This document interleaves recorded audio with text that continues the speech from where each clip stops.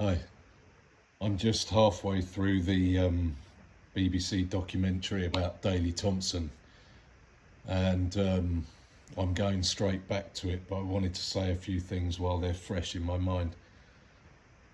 I see parallels, I really do. Yeah, this guy had very little support as a kid, and I'm sure he had support as an athlete, but most of what he achieved was just off his own back. I've always liked this guy. You don't hear a lot of him. Very occasionally he pops up on Talk Sport. He always talks sense. He's always he has this this intelligence and this self-awareness that has clearly paid dividends for him. He is self-deprecating. He's aware of himself, and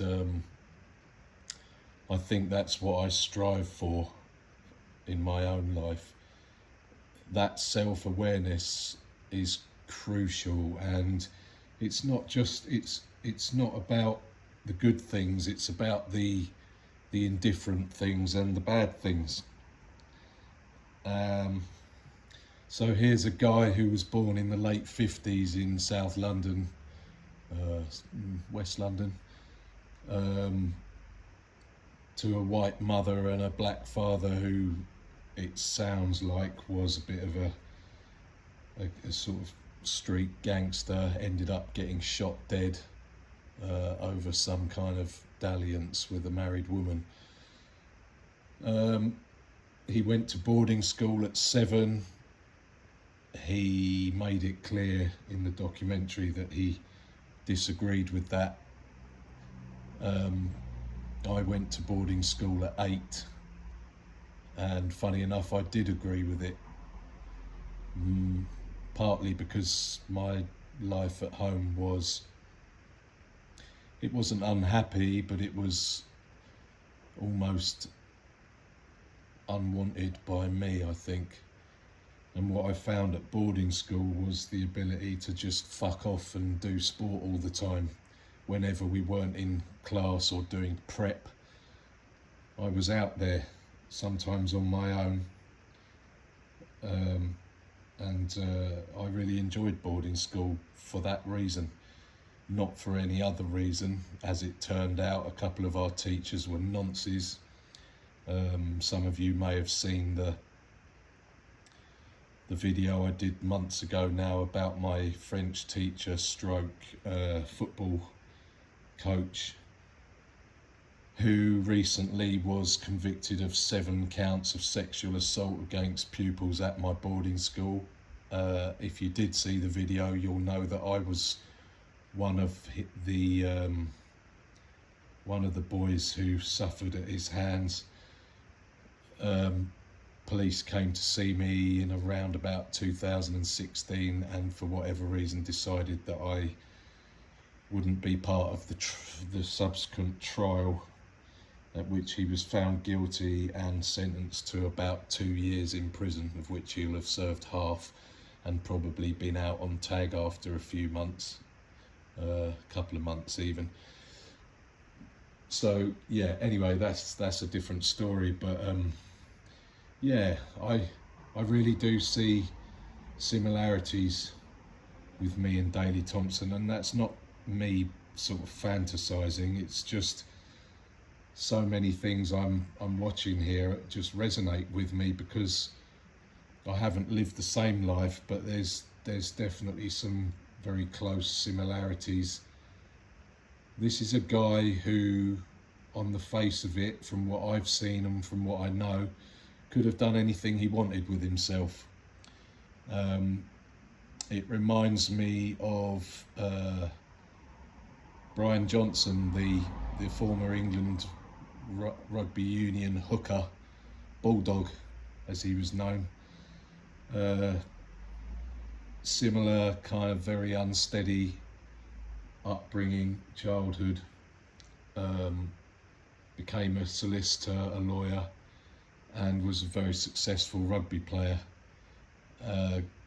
I've seen a documentary with him a few years ago as well, and there are again similarities. Daley Thompson, Bulldog, me, we think about everything we say, and we think about the content of what we say, and we study that content, and we try to be correct, I think. These guys are obviously really well known, and I'm sure there's lots of other people like us. We're not unique, it's just we are slightly, we're not run of the mill, I guess.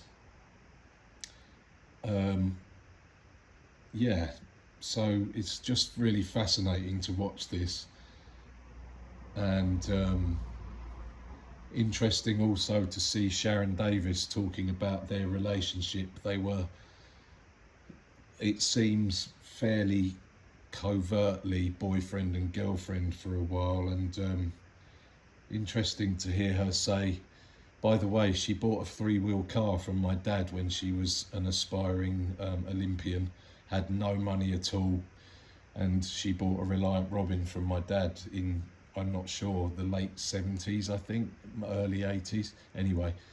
But what she said about Daley Thompson was that she loved him absolutely and completely, but she knew she would never end up with him. She said, well, I couldn't marry him, he's nuts, he knows he's nuts. And you know, you say things like that light-heartedly, but there's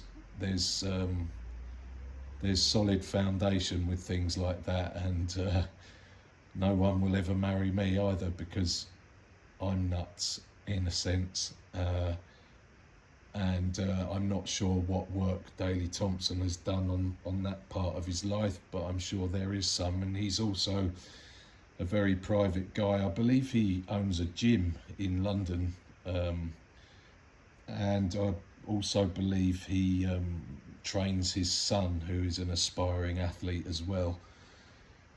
But essentially, he's a quiet guy who does his own thing and doesn't bother anybody, and again, I see myself in that, although I have had the habit of bothering one or two people, certainly lately, and probably, yeah, definitely throughout my life. It must be awful to know me, because there's one or two particular people over my time on TikTok that have said to me, we can't all be wrong, and they've said it repeatedly, and I've tried to kind of digest that and take it on board, and accept it, if you like, because no one has a less of an opinion about me than I do, historically, but I seem to also be likable, and I'm not sure. This is difficult to talk about. I don't know why, but it does seem, and I don't believe my own hype. I don't get up myself about stuff like this because I don't actually believe it. But it does seem that people do warm to me and are attracted to me in all kinds of ways. The puzzle, the conundrum for me is, what on earth do I do with that? Had an interesting discussion by text yesterday with a lady who has no ulterior motive, no hidden agenda, but again was reiterating the point to me that there is something about me that people want to follow and want to hear what I've got to say, what I think. So without bogging myself down with it, I will try to respond to that in the most positive way. I'm just not sure what way that is. Bear with me.